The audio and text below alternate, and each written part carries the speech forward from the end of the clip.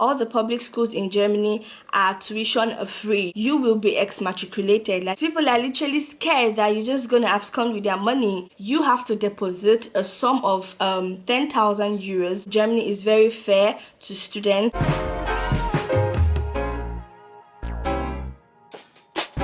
Hello guys, and welcome back to my channel. My name is Patricia. I am a Nigerian who lives and studies in Germany. So if this is your first time on my channel, thank you so much for clicking. If you're a returning subscriber, I love you so much. So today I will be addressing a topic where I get a lot of questions on. It's all about the cost of study and living in Germany. Believe it or not, this is my third time filming this video. I don't know where the two other clips are. Like, I don't know where they are. This is take 3. So everything I'll be telling you guys today about the cost of study and living in Germany solely depends on the city you are studying or you are about to study in. So first of all, let's talk about ways which you can finance yourself in Germany. For a foreign student, there are 3 ways which you can finance your stay here in Germany. One being the blocked accounts. Blocked accounts basically means that you have to deposit a sum of 10,000 euros in a blocked account somewhere blocked, that you'll be allowed to withdraw nothing more than 850 if I am not wrong. When I came to Germany, that money was 8,000, but I think every year it kind of increases, so now it's at 10,000. And you are also supposed to have this money anytime that you are about to renew your visa. It's like a criteria for you to have before your visa can be renewed. So secondly will be a sponsorship letter. A sponsorship letter basically means that you get a citizen of Germany to kind of stand in for you and say, okay, I am solely responsible and in charge of this person. Should anything happen, they are going to come and hold that person responsible if you are nowhere to be found. Number 3 will be scholarship. I myself have never seen anyone who has a scholarship here in Germany or who is studying on scholarship, so I really cannot give much information about that. But anytime that I find someone, or anytime I am ready to like gather all the information that I need, I will definitely speak on that topic. But then again, if this is your case, then you're not supposed to have any problem, because your parents will be footing the bill, which means that you also have to have that blocked account, but then it has to be renewed by your parents yearly. When you get to Germany, you do not have to depend on that money, even though it goes a very long way to help you. You can also work. This is where I think Germany is very fair to students. Like, it kind of allows them to work and fend for themselves. Alternative to all these things that I just said are: number 1, BAföG. BAföG is like an aid given to students here, but then the chances of a foreign student getting BAföG is very slim. It requires a lot of criteria, a lot of paperwork. It's just stress. But I know some foreign students who do receive BAföG. And number 2, I will say, is student loan. Some students here do take out loan, which again is very hard for foreign students, because people are literally scared that you're just gonna abscond with their money. But yeah, these are the alternatives to the blocked account, the sponsorship letter, and the scholarships. Now let's move into your expenses as a student in Germany. A student in Germany needs about 850 euros a month to survive.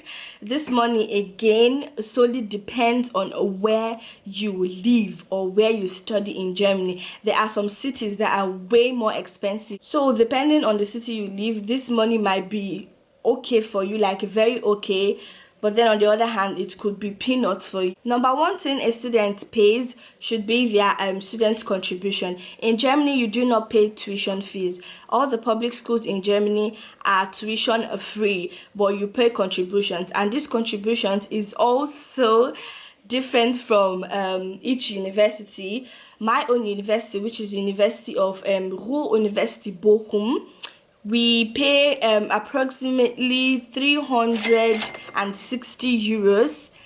I will find out the exact amount and write it on the screen, but I can remember that last semester I paid about that amount. So yeah, but then there are also some universities where these contributions are very cheap. Like, I know of a friend who got an admission to a university where they pay like 100 and something. as their contribution. There are also some universities that now make it a must for foreign students to pay tuition fees.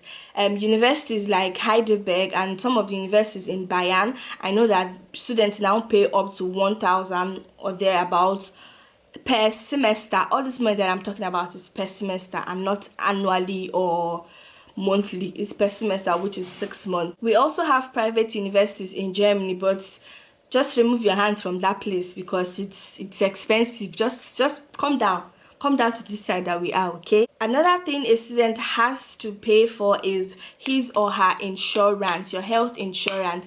It is a must here in Germany. Before you are even allowed to attend any of the universities here, you're supposed to have an insurance. Now, there are two types of insurances in Germany. We have the private insurance and the state insurance. The private insurance does not cost more than 50 euros. The last one I had was like 37 euros, but then the state insurance is like 107 to 110 euros, which I currently have right now. I have the state insurance. Most universities do require this state insurance, but then again, you can also have the private insurance. But you should just know that the private insurance does not cover all the things that a public insurance covers. And another thing you should know is that once you've started your university with any insurance you have, during the course of your study, you no longer have the chance to switch. Like, for example, you're in a state insurance and then you find that it's too expensive for you. You cannot change to a private insurance. You have to eat, okay? So basically, for a month, depending on how you eat and what your budget is all about, your feeding could range from 100 euros to 200 euros. I really don't know, which is now making it 350 for your contribution, 110 euros for your insurance, which is now 460 euros, and then you come and add your feeding for like 200, which is now 860 euros.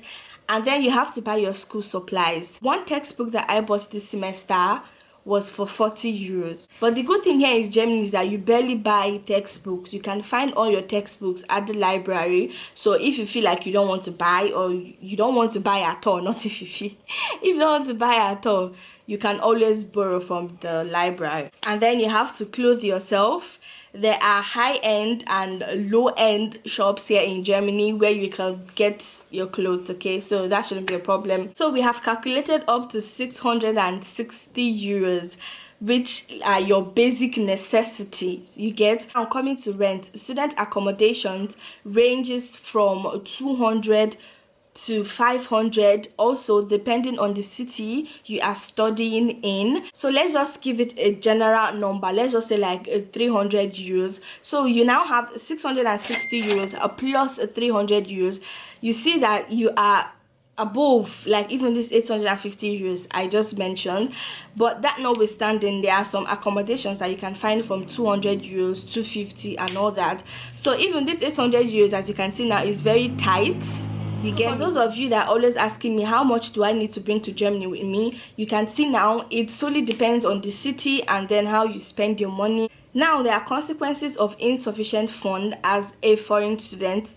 I would say foreign because the Germans, they literally don't have any problem. Like all this problem we have now, they do not have it. So as a foreign student, there are consequences of insufficient fund. One, you will not be able to renew your visa.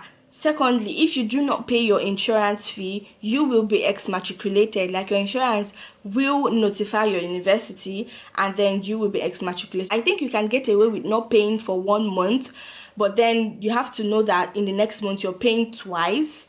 I mean your insurance right now. I think after the second month, then they will notify your university and you will be exmatriculated. And then if you cannot pay your house rent, your landlord will kukuma chase you away. So those are the consequences of insufficient fund in Germany. Germany in general is very favorable to students, like not paying tuition fees and then allowing students to work. I have a video about working in Germany as a student. I will be linking it in the description box below, so do check that video out to kind of see everything you have to know about working in Germany as a student. I think Germany is very generous in that aspect. I know that some countries like China they do not allow you to work as a student, or some countries like Ukraine, what students make there is nothing. But here a student can actually work and support him or herself without any external help. But then you know that you literally have to stress yourself very, very well, you get me, in order to be able to cover all your bills and your finances. In order to be able to be able to cover your finances. I'm sorry, living in Germany has destroyed my English. So I think this is the end of this video. If you feel I left out something important, I didn't answer your questions, or you still have questions, do let me know. I always get questions on my DM or my Instagram. Do not forget to follow me on Instagram. It's always there on the screen or in the description box below, and I am always so happy to answer your questions. Yeah, do not forget to subscribe to my channel. Please give this video a thumbs up, and I shall see you in my next video, which is just down there. Okay, so bye.